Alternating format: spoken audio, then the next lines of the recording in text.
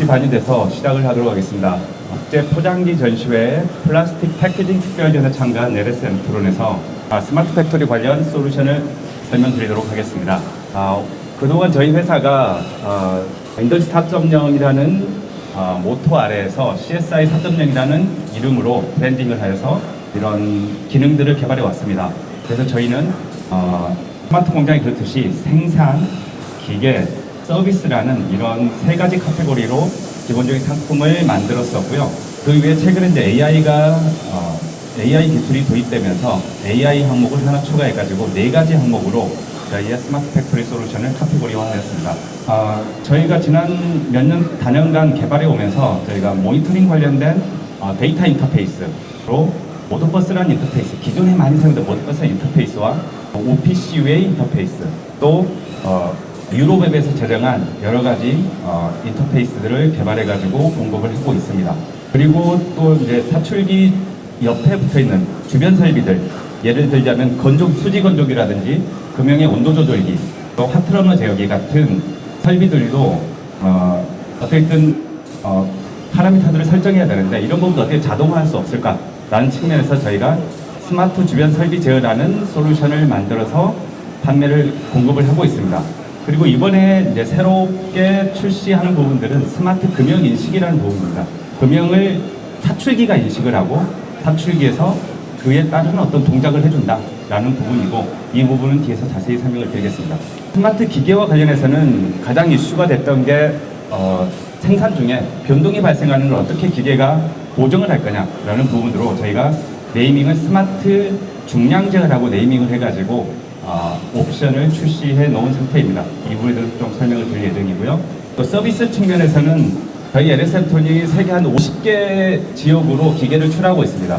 그러면 그런 곳에 있는 기계들을 어떻게 온라인으로 서비스를 해줄 건가 라는 부분과 관련되어 스마트 원격 서비스라는 부분들을 신규로 출시했습니다. 이 부분에 대해서도 잠시 설명을 드리겠습니다. 그리고 인공지능 관련해가지고 저희가 갖고 있는 인공지능 중량 제어와 인공지능 조건 도출 시스템, 이런 부분에 대해서 오늘 설명을 드리겠습니다. 스마트 생산 관련된 부분입니다. 앞으로 장표를 보실 때 1, 2, 3, 4 부분이 생산 기계 서비스와 관련된 부분이라고 생각하시면 되겠습니다. 그래서 보시면 여기에 1, 이거는 스마트 생산과 관련된 솔루션들을 계속 얘기하고 있는 겁니다. 장표가 한 20, 30장 되기 때문에 내가 어떤 솔루션을 어디에 와 있는지 이런 부분들은 여기에 있는 이 숫자를 가지고 생각을 하시면 되겠습니다. 스마트 생산에 관련된 부분들은 모니터링 시스템입니다. 어떻게 현장에 있는 사출기를 한눈에 관리할 거냐, 어떻게 데이터를 수집해가지고 수집을 하고 어떤 저희의 고객사, 실제 고객사들의 경영진이 원하는 어떤 인덱스 값들, 관리의 포인트들을 어떻게 설정하고 만들 건가 하는 솔루션들을 만들기 위한 부분입니다. 그래서 이런 솔루션들은 다양한 형태가 있는데 저희가 가장 기본적으로 먼저 하는 부분들은 뭐냐면, 저희가 기계 제조 회사이기 때문에 일단은 고객이 요청하는 다양한 인터페이스를 제공하자. 고객이 어떤 인터페이스를 써가지고 시스템을 어떻게 꾸밀지 저희가 그런 정보가 없기 때문에 저희 사출기 제조사가 1차적으로 해야 될 거는, 그래, 고객이 현장에 있는 기계에 대한 데이터 접근의 자유도를 올려준다. 어떻게 할 거냐, 그런 부분에서 저희가 크게는 세 가지, 지금 모드버스라는 프로토콜과 전부 다 서버들입니다. 서버 기능으로 사출기에 탑재되어 있고요. 두 번째는 OPC-UA를 탑재하고 있습니다. OPC-UA가 이제 현재 인더스트리 4.0의 가장 기본이 되는 베이스 프로토콜이 되겠습니다. 그리고 세 번째는 뭐냐면 OPC-UA로 모든 산업의 모든 자동화 기기가 OPC-UA를 탑재를 할 건데, 그러면 그 위에 뭘 꾸며야 하냐면, 그럼 사출기는 어떤 데이터를 제공해 줄 거냐, 사출기에서 제공해주는 데이터를 표준화를 해줘야 됩니다. 사출기에는 이런 데이터가 있다. 이런 거는 뭐냐면 OPC-UA에 협회가 해주는 게 아니라 사출기를 제조하고 사출을 하는 사람들이 모여가지고 어떤 규정을 만들고 그거를 OPC-UA에다 만들어줘야 됩니다. 그 부분이 유로맵 63과 77이라는 부분입니다. 그래서 저희는 크게는 네 가지, DA까지 하면 5가지 정도의 인터페이스를 써서 구축할 수 있다라는 부분으로 실제로는 SI 업체들의 자유도를 올려주는 게 가장 큰 1차적인 저희의 목표였습니다.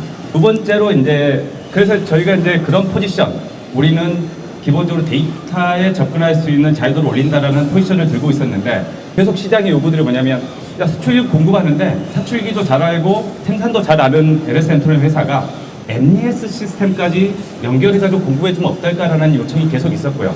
그런 부분들 때문에 이제 저희가 고민한 게 뭐냐면 우리는 그런 SI, MES, 비즈니스 IT라는 거에 개발할 회사는 아니고 전형적인 사출기 제조사다. 그런 입장이기 때문에 저희가 그런 부분들은 개발사와 협력해가지고 제공을 하겠다 솔루션을 이라고 포지션을 정하고 그런 협력사를 선택을 했고 고객이 요청하면 공급할 수 있는 상황이 돼 있다라고 설명드릴 수 있겠습니다. 그 다음에 이제 이런 부분입니다. 그래서 저희가 MES 개발사나 ERP를 인터페이스 ERP 회사를 연결을 해드렸습니다. 그런데 이제 또 어떤 요청이 있냐면 일단 이제 고객사의 요청은 이런 겁니다. 그래 MES 회사하고 해가지고 LS 엔트론의 브랜드뿐만이 아니라 뭐 경쟁사인 우진플라이, 경쟁사인 뭐 해외 선진업체인 엥겔 이런 사출기를 연결을 했습니다. 그런데 다른 요청은 뭐냐면 그러다 보니까 너무나 많은 뭐 비용적인 측면이죠. 그런 문제가 있기 때문에 좀 쉽고 싸게 시스템을 만들 수 없겠냐. LS 엔트론 기계에 한정하여 라는 그런 제약 조건 하에서 소규모의 MES를 공급해달라는 요청들이 있었습니다. 그런 솔루션을 저희가 이지넷이라는 뭐 스몰 MES라고 부르는 부분들입니다. 실제로는 설비 제어고요. 설비의 어떤 생산 계획을 내리고 생산이 어떻게 되는지 생산 현황을 파악하고 또 뭐냐면 설비의 데이터를 가져와서 이게 불량이다, 양품이다 라는 걸 판정해 주면서 실제 내가 내렸던 작업 지시가 어떻게 진행되고 있는지를 파악하고 싶다. 좀 간단하지만 LS 엔트론이 제공하는 기계들에서 그런 MES의 설비 관리 기능을 좀 쓰고 싶다라고 했을 때는 이지넷이라는 솔루션을 제공할 수 있습니다. 그런 솔루션을 준비했고요. 그런 MES 관련된 솔루션 말고는 지금부터는 뭐냐면 구체로 데이터 인터페이스에 대해서 좀 말씀을 드리겠습니다. 그럼 데이터 인터페이스를 뭐 할 거냐? 지금 뭐 모드버스뿐만이 아니라 데이터 인터페이스의 목적은 이런 관제 시스템, 설비 관제, 작게는 설비를 관제하는 시스템을 만든다. 크게는 뭐냐면 MES에 연결되는 데이터들을 가져가기 위한 용도로 사용을 합니다. 그래서 뭐냐면 생산 효율이 어떻게 되지? 또 데이터를 모으다 보면 궁금할 겁니다. 그래서 뭐냐면 작업자가 우리 현장에 있는 오퍼레이터가 공정을 설정을 했는데 그 데이터들로부터 뭐냐면 그럼 어떤 파라미터, 어떤 공정 파라미터가 이 제품을 만들 때 가장 영향을 많이 줬을까? 영향도에 대한 평가도 해볼 수 있을 거고요. 그렇게 해서 데이터를 모아야 되는데 그런 데이터를 모으는 데 필요한 부분으로 필요한 게 데이터 인터페이스입니다. 그래서 저희가 이제 제일 먼저 제공했던 부분이 모드버스라는 프로토콜입니다. 한 40-50년간 필드에서 가장 많이 쓰였던 부분이고요. 그리고 필드에 있는 SI 업체들이 쉽게 라이브러리를 구해서 단시간에 시스템을 만들 수 있는 그런 시스템들입니다. 그리고 이 시스템을 통해 가지고 이제 데이터를 어쨌든 올려 보낼 수 있고요. 또 자기만의 어떤 스마트 공장 관련된 관제 시스템을 만들 수 있습니다. 그럼 저희의 그 모드버스 프로토콜의 강점은 뭐냐? 강점은 뭐냐면 이 부분입니다. TKL 데이터를 대량으로 가져갈 수 있다. 기존에 저희가 대부분의 데이터들이 어떻게 가져가면 포인트 데이터들을 가져갑니다. 포인트 파라미터들, 공정 파라미터들 또는 공정의 결과로 나온 샷 데이터들 그거 위주로 가져갔을 때 그 데이터는 전부 다 포인트 데이터입니다. 그런데 연구라든지 실제 관계성을 알아보기 위해서는 한 샷이 어떤 제품을 찍었을 때 사출 과정 중에서 압력이라든지 또는 속도라든지 이런 패턴이 어떻게 변했는지 이 데이터가 필요하고요. 그런 데이터들은 현재의 OPC UA로는 가져가기가 어려운 상황입니다. 왜냐하면 그 데이터들은 OT 레벨의 기계가 갖고 있는 필드버스가 갖고 있는 데이터들이고 OPC UA는 IT 부분이기 때문에 실시간으로 데이터를 가져갈 수 없는 문제가 있습니다. 그래서 저희는 시계열 데이터를 저장을 해놓고 있고 모드버스만을 통해 가지고 그 시계열 데이터를 가져갈 수 있다라는 부분으로 연구를 위해서는 모드버스를 이용한 이거를 추천하고 있습니다. 그리고 이제 이런 어떤 데이터 인터페이스를 꾸미면서 이제 문제가 되는 부분들이 네트워크의 이제 보안 문제입니다. 보안 문제입니다. 실제 이제 이런 사출기들이 실제 고객사의 내부망, 스위치라든지 이런 네트워크 장치를 통해 가지고 연결이 되게 됩니다. 근데 대부분 현재는 뭐냐면 이런 게이트웨이가 없이 다이렉트로 이런 고객사의 스위치와 사무 IT망에서 쓰고 있는 스위치를 이용해 가지고 사출기들을 연결을 하고 있습니다. 그럼 가장 큰 문제가 뭐냐면 사무실 쪽에서 네트워크를 잘못 만들게 될 경우에는 생산 현장에 있는 기계가 다운될 수 있는 가능성이 있다는 겁니다. 쉽게 말하면 스위치를 잘못 설정을 해가지고 데이터가 루핑이 걸리고 이 스위치 쪽에서 뭐냐면 브로드캐스팅이라는 작업을 하게 되면 모든 기기들로 정보를 알고 있어 브로드캐스팅 패킷을 발송하게 됩니다. 그럴 경우에 이 사출기들이 작업을 못하고 네트워크 보안을 해소하기 위해서 다운되는 문제가 발생합니다. 이런 문제들 때문에 저희는 중간에 게이트웨이라는 것을 추가해가지고 망에서 IT망에서 발생한 네트워크의 문제들, 이런 문제들을 망분리로 보안을 해결하겠다라는 부분으로 이런 네트워크를 구성을 하고 있습니다. 그래서 보안을 일단 강화시키고요. 다른 거 하나는 또 뭐냐면 네트워크의 복잡도라는 문제는 뭐냐면 기존에는 이런 사출기가 있게 되면 사출기에 들어가는 어떤 CPU에 따라 가지고 IP를 다 할당해 줘야 되는 문제들이 있었습니다. 각각 IP를 할당하면서 실제 고객사 망 관리 측면에서는 생산 현장에 있는 모든 기계가 IP를 할당하다 보면 또 IP를 추가로 확장해야 되는지 장비가 새로 들어오면 또 확장해야 되는 이런 문제들이 있었습니다. 근데 현재는 이런 게이트웨이를 통해 가지고 이 사출기와 이 사출기에 연결되는 모든 장비들은 하나의 IP로 접근할 수 있다. 고객 입장에서는, 고객의 IT망 입장에서는 그런 식으로 망을 만들어서 복잡도 감소와 보안을 강화했다라는 부분이 저희 회사의 특징이 되겠습니다. 그래서 TCP를 이용하게 되면 가져갈 수 있는 데이터들을 좀 봐봤습니다. 기본적으로는 사출기의 일반 정보, 제일 많이는 요청한 데이터는 스크류 직경입니다. 스크류 직경이고요. 그 다음에 샷 데이터, 그렇죠? 제품을 찍었는데 내 품질이 어떻게 나왔는지, 이 제품을 찍기 위해서 데이터가 어떻게 변했는지, 쿠션이라든지 사출 시간, 이런 데이터를 가져갈 수 있고요.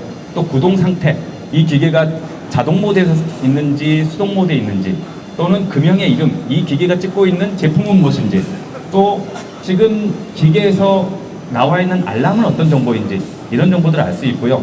다른 정보는 프로세스 밸류입니다. 실제 현재 실린더의 온도는 각 존별로 어떻게 되어 있는지, 이런 부분들에 대한 온도를 얻을 수 있고요. 또 다른 부분은 사용자가 설정한 셋 밸류들은 어떻게 되는지, 실린더의 온도 전도를 어떻게 설정했는지, 이런 데이터들을 전부 다 가져갈 수 있습니다. 그리고 아까 말씀드린 것처럼 시결 데이터를 가져갈 수 있다.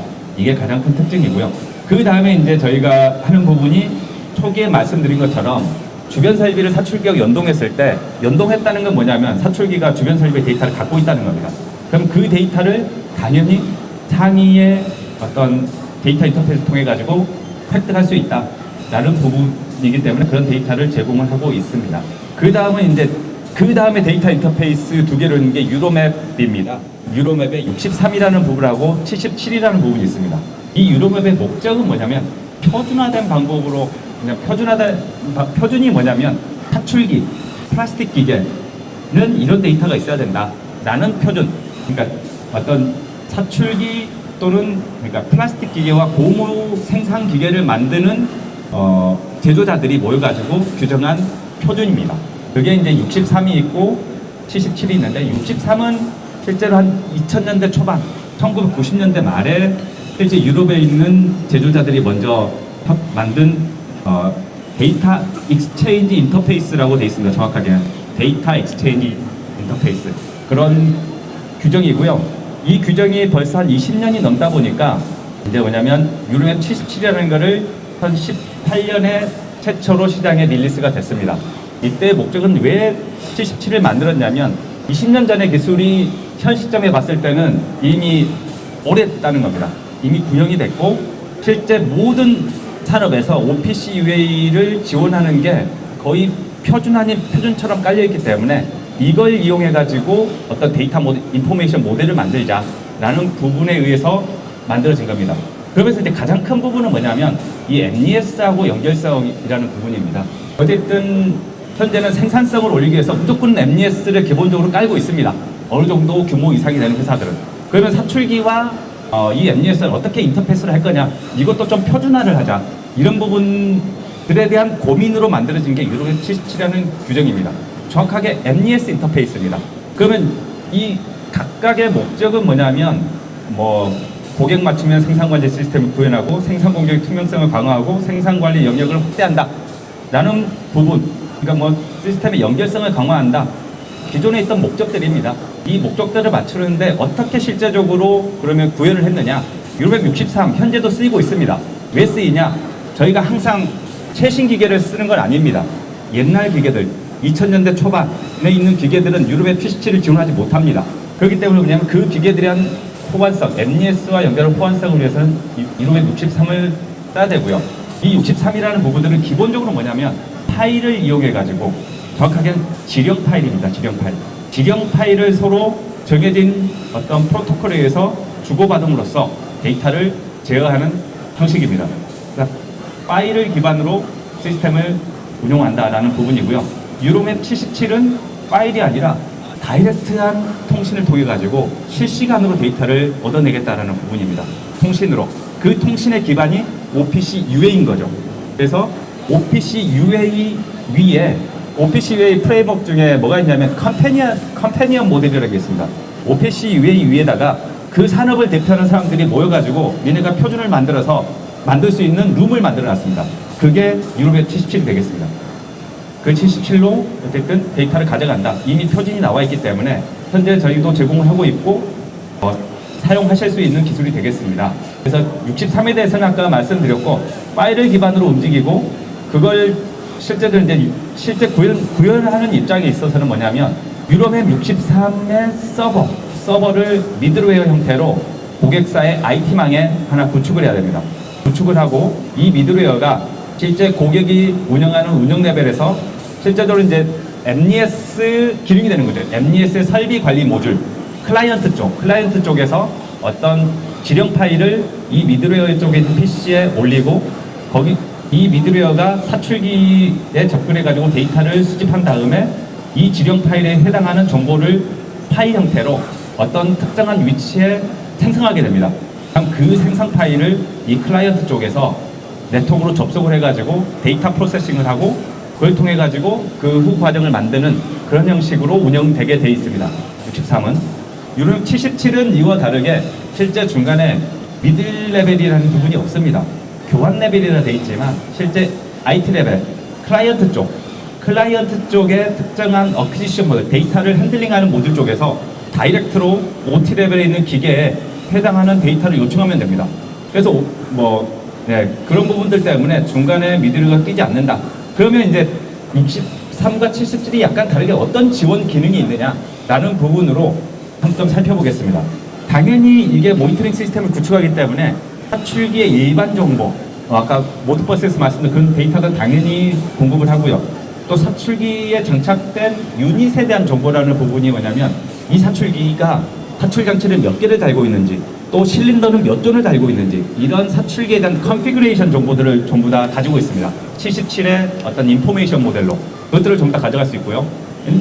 그 다음에 모델들이 이제 뭐냐면 MES와 관련된 부분입니다. 첫 번째는 뭐냐면 사출기의 금형 데이터, 레시피라는 걸 관리할 수 있다는 부분입니다. 왜냐면 IT 레벨에 있는 어떤 운영자가 지금 다른 제품을 생산하고 싶습니다. 필드에 있는 기계에. 그렇게 될 경우에 바로 IT 레벨에 있는 운영자가 어떤 생산하고 싶은 금형의 정보 파일을 선택하고 다운로드를 시키면 그 데이터 파일을 바로 사출기가 활성화시키고 바로 모든 설정 조건을 설정할 수가 있습니다. 그런 데이터 관리를 할 수 있다. 금형 데이터 관리를, 금형 데이터셋이라고 하는데요. 데이터셋 관리가 있고요. 그 다음 부분이 잡 관리라는 부분입니다. 잡 관리. 진짜 잡 관리가 뭐냐면 MES에서 오더를 받게 되면 오더에 따라서 그 제품 생산에 필요한 부품들을 전부 다 생산을 해야 될 겁니다.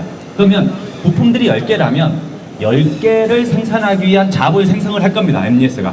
그런데 그 10개의 어떤 부품을 생산하는데 한 기계에서 생산할 수도 있고 여러 개 기계에서 생산할 수 있겠죠. 그럼 10개의 잡을 생산해서 그 10개의 잡을 자기가 원하는 기계에 할당을 할 겁니다. 그 할당까지는 누가 해줘야 되냐? MES에서 해줘야 됩니다. 그러면 할당을 하게 되면 어떤 잡이 등록됐고 그 잡을 실제로 뭐냐면 유로맵 77을 이용해가지고 기계 쪽으로 잡 10개를 기계에 10대가 있다면 한 기계에 한 대씩 잡을 내린다면 10개의 유로맵 77을 이용해가지고 잡을 전부 다 내릴 수 있습니다. 그러면 기계 쪽에서는 그 잡이 어떻게 등록되느냐? 기계 쪽에서는 잡을 한 개 받았지만 또 그 다음 오더가 와가지고 새로운 잡을 또 받을 수 있습니다. 그럼 기계 쪽에서는 잡이 몇 개가 있는지 기계 쪽에서 확인이 가능하고요. 그 잡에 따라서 현장에 있는 작업단은 순서대로 또는 그 잡의 순서를 본인의 선택에 바꿀 수도 있는 부분이죠. 그런 식으로 작업을 할 수 있다. 그래서 이 잡 관리라는 부분이 실제 유로맵 77이 갖고 있는 MES하고의 인터페이스 부분들, 이런 부분들을 직접 볼 수 있는 가장 중요한 부분이 되겠습니다. 그 다음은 이제 데이터 인터페이스가 아니라 아까 말씀드렸던 주변 설비 제어하는 기능입니다. 실제 사출기 주변에 건조기, 로봇, 핫러너 제어기, 온도 조절기 외에 많은 장비들이 붙을 겁니다. 그럼 작업자는 현재까지는 어떤 작업 지시가 내려오면 그 작업 지시서에 따라 가지고 사출기에도 당연히 어떤 금형 데이터셋을 로딩을 시켜야 되고요. 사출기 선택하겠죠. 나 이번에 금형 A로 생산하는 부품을 찍을 거야. 그 다음에 무슨 작업을 해줘야 되냐? 나머지 장비를 돌면서 설정을 해줘야 됩니다. 만약에 핫러너를 사용하게 됐고 핫러너가 150톤이 있습니다.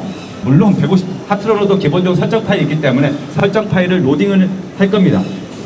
그런데 그런 로딩을 할 수 없는 형태로 돼 있다 만약에 장비가 했을 때는 일일이 전부 다 설정해야 되는 그런 문제들이 있습니다. 또는 또 만약에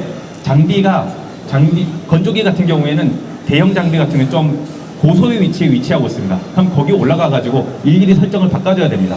그런 위험성, 이런 부분들을 어떻게 제거할 수 있을까라는 부분으로 만들어진 게 주변 설비 제어입니다. 이 주변 설비 제어는 기본적으로 뭐냐면 이 주변 설비들이 모드버스라는 프로토콜을 제공한다면 통신으로 사출기 쪽에서 데이터를 가져와서 컨트롤할 수 있는 기능을 만들겠다라는 기능이고, 이걸 이용해 가지고 이 데이터들을 저희는 어떻게 관리하느냐. 어차피 사출기에는 어떤 금형을 생산하기 위해서 금형 데이터 파일을 저장을 합니다. 그 데이터 파일 안에 모든 정보들을 한꺼번에 저장을 해놓고 그 사용자나 어떤 시스템에서 그 금형을 생산하겠다라는 정보가 내려오면 또는 수동으로 인위적으로 선택을 해주면 한꺼번에 모든 사출기와 주변 설비들을 한꺼번에 설정을 하는 그런 기능을 가지고 있습니다. 그래서 편의성을 증대하고 또 작업자의 오입력에 대한 방지를 할 수 있다라는 부분이 되겠습니다. 그 다음에 이제 금형인식입니다. 금형인식이라는 부분은 뭐냐면 요즘은 금형에도 계속 RFID 태그를 단다든지 QR코드를 넣는다든지 금형을 관리하려고 할 겁니다. 왜냐하면 금형 자체도 관리의 대상이기 때문에. 그래서 저희는 금형에 그런 태그가 있다면 이런 태그를 사출기가 인식하게 하자라는 부분의 기능이고, 그러면 이거의 유스 케이스는 어떠냐면, 그러면 사출기가 금형을 인식했다면 좀 전에 말씀드렸던 뭐냐면 주변 설비 제어라는 기능과 연동해가지고 기능을 좀 유스 케이스를 만들자. 금형을 인식하게 되면 그 금형 생산과 관련된 사출기와 주변 설비들을 한꺼번에 데이터를 모두 다 설정하게 한다. 그렇게 되면 훨씬 더 빠르게 공정을 설정할 수 있겠죠. 그 주변 설비 기능 중에는 뭐냐면 실제 저장한 시점에서 사용하고 있는 장비들의 온오프 상태를 저장하고 있기 때문에 금형이 인식하게 되면 바로 주변기를 설정하면서 온오프 상태를 전부 다 자동으로 설정을 해줍니다. 그런 유스 케이스를 응용할 수 있고요. 그러면 저희가 금형인식으로 제공하는 물리적인 방식은 뭐가 있느냐라는 부분으로 봤을 때 저희는 RFID, 특히 RFID 중에서 UHF라는 방식, 울트라 하이 프리퀀시로 지금 여기 나와 있지만 10에서 15m의 한 90도 레인지 안에 있는 금형이 나타나면 그 금형을 인식하고 사출기에서 이 금형을 생산하겠냐라는 정보를 띄우면서 고객과 인터랙션으로 설정을 할 수 있게 되어 있습니다. 또는 저희가 스캐너를 제공합니다. 기계별로 휴대용 스캐너를 제공하게 되고요. 스캐너를 가지고 인위적으로 금형에 있는 바코드들, 1D나 2D 바코드들을 인식하게 되면 역시 그 이후의 동작은 똑같이 동작하게 되겠습니다. 사출기에 있는 이 금형과 코디네이션된, 금형과 사전에 맞춰진 그 조건을 주변 기기와 사출기에 내린다라고 생각하시면 되겠습니다. 다음 스마트 기계 부분입니다. 기계 부분에서는 중량 제어고요. 이 중량 제어를 저희가 했던 이유는 뭐냐면 재료의 물적 특성이 변동된다는 겁니다. 왜 변동이 되느냐? 기본적으로 가장 큰 부분은 뭐냐면 수지가 로트별로 물성이 달라진다는 겁니다. 적어도 플러스 마이너스 20% 정도의 물성은 기본적으로 변한다는 걸 깔고 작업을 들어가야 됩니다. 다른 부분 하나는 뭐냐면 저희 사출 성형이라는 작업이 뭐냐면 낮에만 또는 특정한 기온, 항온실에 들어가가지고 작업을 하는 게 아닙니다. 가끔씩 겨울에 작업하면서 창문이 열릴 수도 있고요, 공장에. 그러면 주변 기온이 변경이 되고 또 장마철에는 습도가 올라가죠. 그러면서 계속 외란을 줄 수 있는 환경들의 변화가 생기는데 이런 부분들을 어떻게 극복할 거냐라는 부분입니다. 그럼 이런 외란이 발생하게 되면 기본적으로 뭐냐면 원재료의 특성이 바뀌게 됩니다. 어디 안에서? 사출기 안에서. 그래서 뭐냐면 저희가 PP의 M1400이라는 LG 케미칼 PP로 테스트한 결과입니다. 실제 신재와 분쇄제를 했을 때 이런 식으로 사출기 안에서 약간의 압력 변화가 발생하더라라는 부분이고, 이런 압력 변화가 발생을 하면 실제 중량 측면에서도 신재 쪽에서는 약간 신재로 찍었을 때 이 정도 나왔다면 분쇄제로 했더니 점도가 낮아지면서 중량이 증가하더라.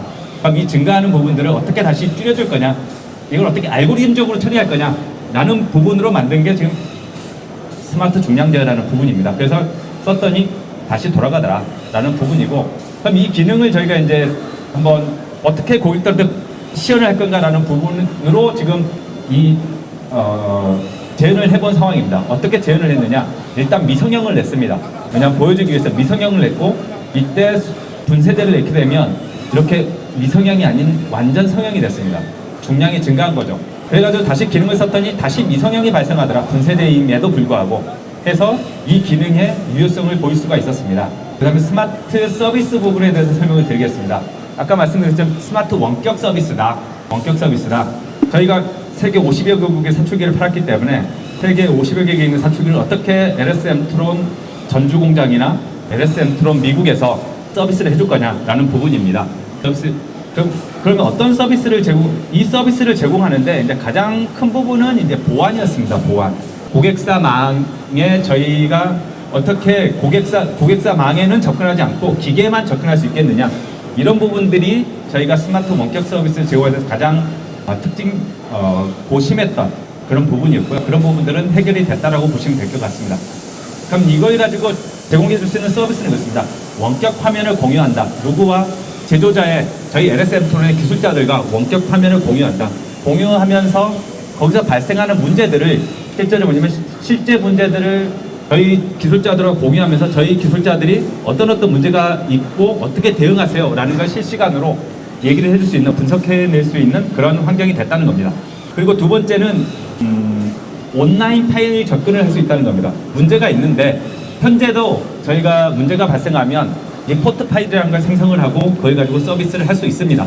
근데 그 서비스를 하게 되면 기본적으로는 빠르면 한국에서는 뭐 8시간 이내에 대응하겠지만, 만약에 브라질이나 이런 데서 문제가 발생했다, 뭐 하루 지나야 되고 한 24시간 지나고 그때서야 데이터 파일을 받은 다음에 분석하고 서비스를 해주려면 또 서비스를 했는데 결과를 모르겠죠. 어떻게 대응할 수 하다 보면 그 시간들을 훨씬 단축할 수 있다. 온라인 파일 접근을 통해 가지고 이런 효과를 얻을 수 있고요. 세 번째로는 뭐냐면 저희가 기계 쪽으로 직접 메시지를 날릴 수가 있습니다. 저희가 물론 뭐 전화로 하는 게 가장 좋겠지만, 저희가 해외에 있는 많은 엔지니어들하고, 그러니까 50개국에 나가 있는 언어를 저희가 다 할 수는 없기 때문에 그런 부분들 어떻게 해결할 거냐, 텍스트 메시지를 좀 발송하자. 영어로 텍스트 메시지 발송해가지고 그 다음에 어떤 현장에 있는 오퍼레이터가 행동을 취해야 될지, 이런 부분들을 텍스트 메시지로 인터랙션을 해가지고 문제를 해결할 수 있다라는 부분으로 생각을 하고 있습니다. 실제 고객사 기계 화면을 저희 전주에 있는 사무실에서 이렇게 볼 수가 있고요. 메시지를 발송하면 고객사 사출기 화면에 리부트 하세요라든지 이런 메시지들이 나타나기 때문에 어떤 오퍼레이터 액션을 바로 유도할 수 있다라는 부분을 특징으로 하고 있습니다. 그 다음에 네 번째 카테고리 인공지능 부분입니다. 저희가 인공지능으로 있는 솔루션은 조건 도출한 것, 몰딩 어시스턴트라는 부분, 공정 조건, 공정 파라미터입니다. 공정 파라미터들을 도출해준다라는 부분에 대한 기능이고요. 이 기능의 필요 이유는 그겁니다. 고숙련자가 부족하다는 겁니다. 성형 전문가가 부족하고, 역시 글로벌화되면서 뭐냐면 해외 공장이 큰 회사 같은 여러 개를 운영하는데, 그럼 이 고숙련자를 계속 코로나 상황에서도 출장을 보낼 거냐, 문제가 발생할 때마다 그럴 수가 없다는 겁니다. 그럴 수가 없기 때문에 물론 이제 그 고숙련 이 조건 도출을 쓰더라도 그 사람들의 경험은 필요하고요. 그럼에도 불구하고 좀 비유전적으로 만들어보자. 공정 환경이 작업자의 비유전적이고 만들어보자는 어떤 필요성에 의해서 이제 개발을 하게 됐습니다. 시스템은 어떻게 동작하냐면, 시스템은 기본적으로 제품에 대한 3D 모델이 필요합니다. 제품에 대한. 그래서 제품의 형상 정보하고 형상 정보가 필요합니다. 그래서 3D 파일이 필요하고요. 그 파일과 실제 이제 제품을 찍다 보면 목표로 하는 중량이 얼마인지 타겟 중량이 있습니다. 타겟 중량을 입력하게 되면, 그래서 뭐냐면 어떤 3D 모델과 타겟 중량을 입력하게 되면 시스템 내에서, 저희 시스템에서 그걸 생산하기 위한 조건들을 도출을 합니다. 시스템에 대한 에서의 그 모델은 저희가 여러 개 금형을 만들고 이런 데이터를 얻어가지고 실제 만들어놓은 최종 모델에서 이제 그 파라미터들이 도출이 되고요. 그 파라미터들이 도출이 되면 실제 파라미터들은 뭐 사출의 속도가 어떻게 되는지, 실린더의 온도가 어떻게 되는지, 금형의 온도는 어떻게 되는지, 냉각 시간 어땠는지 이런 조건들을 도출을 합니다. 이 도출한 조건들을 기계적으로 자동으로 내리게 되고, 내려서 기본적인 설정을 유지하고 있습니다. 그러면 여기서 이제 그 다음엔 또 역시 엔지니어가 필요합니다. 그래서 제품을 찍게 됩니다. 찍게 되면 이게 조건 도출, 조건 가이드 어시스턴트이기 때문에 그 다음부터는 뭐냐면 미세 조정을 해야 됩니다. 누가 현장에 있는 작업자가 기본적으로 어떤 제품을 찍기 위한 공정을 설정하기 위해서 초기 가장 근접한 조건을 던져줍니다. 그럼 그 이후에 몇 가지 조건들은 추가로 더 설정을 해야 됩니다. 외관 불량이 발생했다든지 이런 부분들은 이 시스템이 해결해 줄 수 없는 문제이기 때문에 그 외관 불량 해결하기 위해서 어떤 공정의 파라미터를 변경한다든지 이런 작업을 추가적으로 해줘야 되는 시스템입니다. 그랬을 때 이제 이런 시스템을 썼을 때 기본적으로 이제 저희가 어떤 이 시스템을 쓴 초보자와 실제 필드에서 성형을 10년 이상 하신 분들하고 이제 여기에 딱 제한 조건이 하나 있습니다. 중량을 맞춰라라는 지령이 됐습니다. 이 제품의 중량을, 이 특정한 무게를 한번 생산해 보세요 라는 지령을 받았을 때 얼마나 빠르게 공정을 잡느냐라는 시간을 비교한 거고요. 그랬을 때 기본적으로 시스템을 쓴 엔지니어가, 시스템을 쓴 초급 엔지니어가 정확하게는 10년 이상 썼던 사람들보다 23% 정도 시간을 빨리 잡더라 라는 결과를 얻을 수 있었습니다. 그래서 저희는 이 유효성을 이렇게 검증을 했고요. 그 다음 중량 제어입니다. 아까 말씀드린 것처럼 알고리즘에 의한 중량 제어도 있겠지만 저희가 어쨌든 인공지능 모델을 만들었기 때문에 조건 도출에 쓴 모델을 같이 이용을 해서 중량 제어를 한 부분입니다. 그래서 일단은 초기 공정 설정을 했고, 조건 도출이라는 기능으로 조건 도출을 한 이후에 설정하게 되면, 그 다음에 중량 제어를 해라라고 지령을 하게 되면 중량이 변동되면 내부에서 중량을 측정하고 다시 파라미터를 설정해서 기계적으로 반응을 하는 식으로 시스템이 동작하게 되어 있습니다. 그래서 이런 식으로 목표 중량이 있다면 목표 중량에서 이탈을 하게 되고, 이탈하게 된다면 바로 돌아갈 수 있는 이런 식으로 동작을 하게 된다는 인공지능 중량제 시스템을 개발해가지고 지금 필드에서 테스트 진행 중에 있습니다. 네, 오늘 발표는 여기까지입니다. 혹시 질문이 있으시면 질문해 주시기 바랍니다. 궁금하신 부분들은 온라인이나 저희 영업소를 통해 가지고 연락을 주시면 찾아가지고 시연을 해드린다거나, 실제적으로 여기에 있는 저희의 데이터 인터페이스 모델이 어떻게 동작하고 이런 부분들을 테스트해 볼 수 있도록 그런 환경을 지원하고 있기 때문에 연락을 주시면 될 것 같습니다. 네, 경청해 주셔서 감사합니다.